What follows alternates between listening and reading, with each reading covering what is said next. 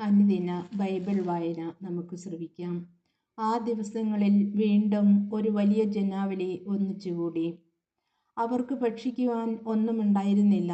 അവൻ ശിഷ്യന്മാരെ വിളിച്ചു പറഞ്ഞു, ഈ ജനക്കൂട്ടത്തോട് എനിക്ക് അനുകമ്പ തോന്നുന്നു.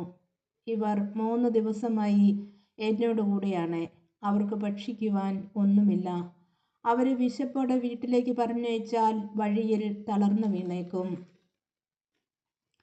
ചിലർ ദൂരെ നിന്ന് വന്നവരാണ്. ശിഷ്യന്മാർ അവനോട് ചോദിച്ചു, ഈ വിജന സ്ഥലത്ത് ഇവർക്കെല്ലാം അപ്പം കൊടുക്കുന്നതെങ്ങനെ?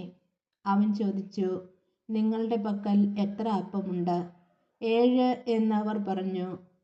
അവൻ ജനക്കൂട്ടത്തോട് നിലത്തിരിക്കുവാൻ ആജ്ഞാപിച്ചു. പിന്നീട് ആ 7 അപ്പം എടുത്ത് കൃതജ്ഞതാ സ്തോത്രം ചെയ്ത് മുറിച്ചു ജനങ്ങൾക്ക് വിളമ്പുവാൻ ശിഷ്യന്മാരെ ഏൽപ്പിച്ചു.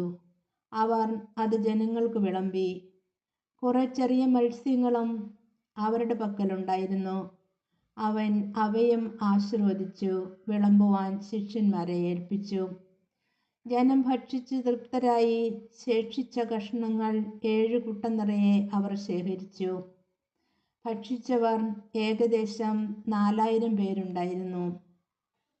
അവൻ അവരെ പറഞ്ഞയച്ചതിന് ശേഷം ശിഷ്യന്മാരോടൊപ്പം ഒരു വഞ്ചിയിൽ കയറി ദൽമാനൂത്ത പ്രദേശത്തേക്ക് പോയി. ഈശോ മിശിഹായ്ക്ക് സ്തുതിയായിരിക്കട്ടെ.